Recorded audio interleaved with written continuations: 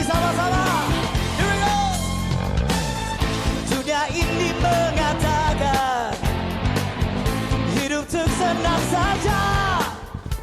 Shalom, salam jumpa kembali dengan saya Pendeta Karel sebagai gembala di GPI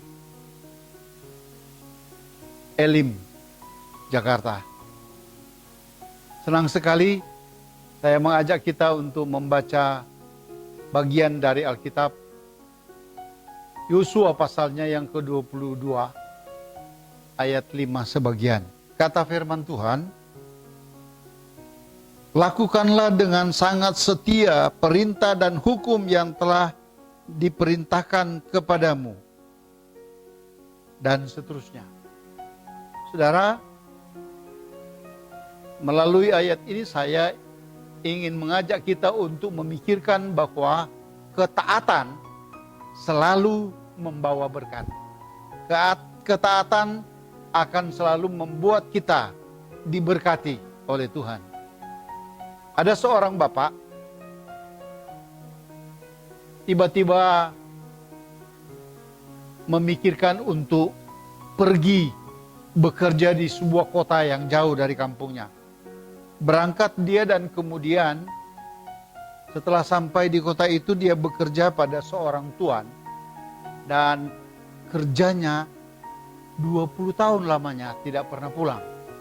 Dia pun putus hubungan dengan istri di rumah.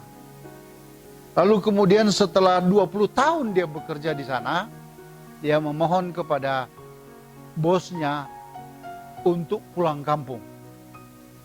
Saudara, ketika mendengar itu bosnya berpikir apa yang harus dia buat, dan kemudian dia akhirnya menyampaikan dua hal sebagai pilihan dari bapak itu. Yang pertama, apakah kamu mau menerima bonus bagimu sebagai uang tentunya, dan yang kedua, apakah kamu mau menerima nasihat kepada saya? Orang itu lalu kemudian berpikir panjang dan akhirnya memilih untuk menerima nasihat. Bos itu lalu kemudian memberikan 3 nasihat kepadanya. Pertama, dia bilang, jangan memilih jalan pintas.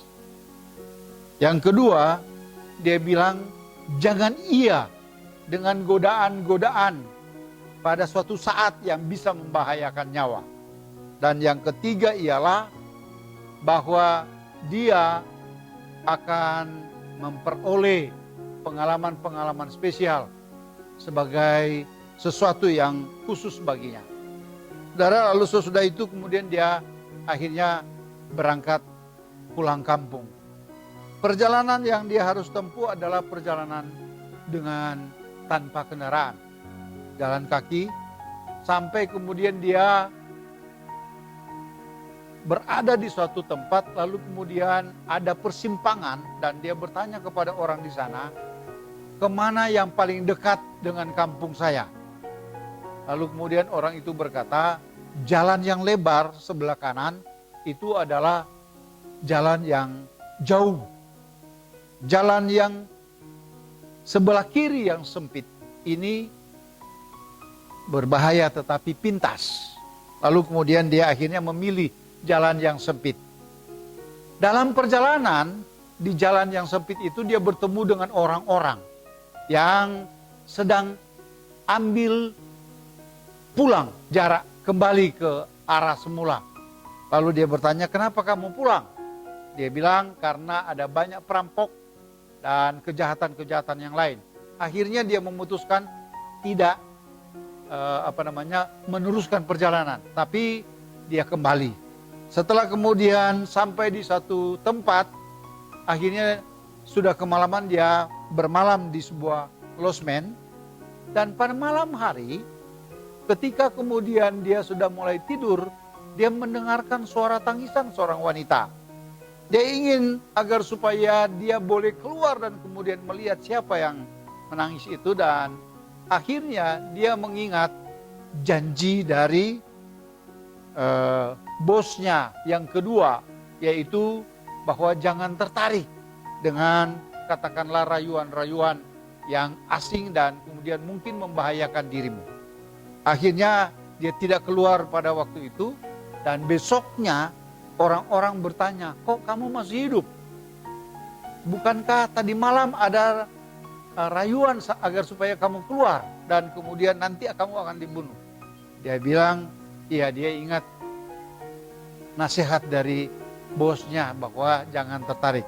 Lalu sesudah itu dia mengadakan perjalanan pulang melalui jalan yang lebih bagus dan aman. Saudara, sampailah dia di kampung halaman dan kemudian ketika dia masuk rumah dia ingin membuat semacam kejutan bagi istrinya. Saudara, yang terjadi ialah ketika dia sampai di rumah dan masuk ke kamar, dia kaget karena istrinya sedang tidur ditemani oleh seorang laki-laki. Lalu kemudian emosinya bergelora dan kemudian dia ambil parang dan dia ingin membunuh laki-laki itu. Tetapi dia ingat janji tuannya atau bosnya bahwa jangan mengambil keputusan dalam keadaan-keadaan darurat. Akhirnya dia tidur di sofa dan sampai pagi dia tidak terbangun. Lalu kemudian pagi itu tiba-tiba istrinya keluar dan membangunkan dia. Kaget karena memang dia sudah pulang dan kemudian istrinya memanggil anaknya yang keluar dari kamar. Ternyata laki-laki yang tidur dengan istrinya adalah anaknya yang dulu waktu dia berangkat belum lahir, artinya sedang hamil tetapi belum lahir. Saudara-saudara, apa yang terjadi ketika itu? Pengalaman mereka sangat luar biasa, indah sekali. Dan kemudian pada waktu itu bosnya memberitahu bahwa kamu makan roti ini ketika sudah bersama dengan keluarga. Jadi ada roti besar yang sudah disiapkan, dia bersama dengan keluarga menikmati. Apa yang terjadi ketika mereka membuka roti itu, maka inilah yang terjadi. Ternyata dalam roti itu ada sejumlah besar uang yang memang menjadi bagian dari dia yang disiapkan oleh bosnya. Saudara-saudara, mereka menikmati kekuatan luar biasa dalam pertolongan. Apa yang bisa kita lihat dari kisah ini ialah suatu ketaatan pasti akan menjadi berkat dalam kehidupan kita sebagai umatnya. Itulah sebabnya saya ingin mengajak kita semua untuk maju terus dalam ketaatan.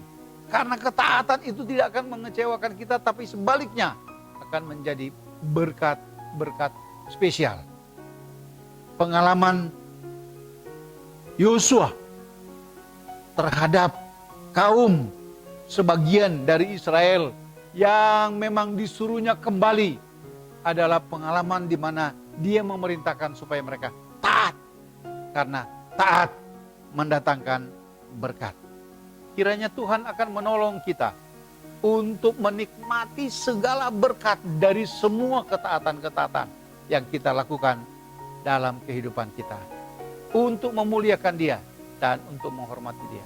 Tuhan Yesus memberkati saudara-saudara. Shalom, shalom, shalom. Yesus engkaulah mata hatiku, dunia tak dapat. Sahabat yang terkasih, Anda baru saja menyaksikan tayangan kami yang luar biasa. Kami berharap tayangan tersebut bisa menjadi berkat bagi Anda semuanya. Kami mengundang bagi Anda yang tergerak untuk bermitra dengan kami, silahkan Anda mengisi kolom komentar di bawah. Dan jika Anda tergerak hati untuk membagikan video-video kami, silahkan subscribe dan share semua tayangan video kami ke teman-teman dan kerabat Anda. Terima kasih, kiranya Tuhan Yesus memberkati kita semuanya. Shalom.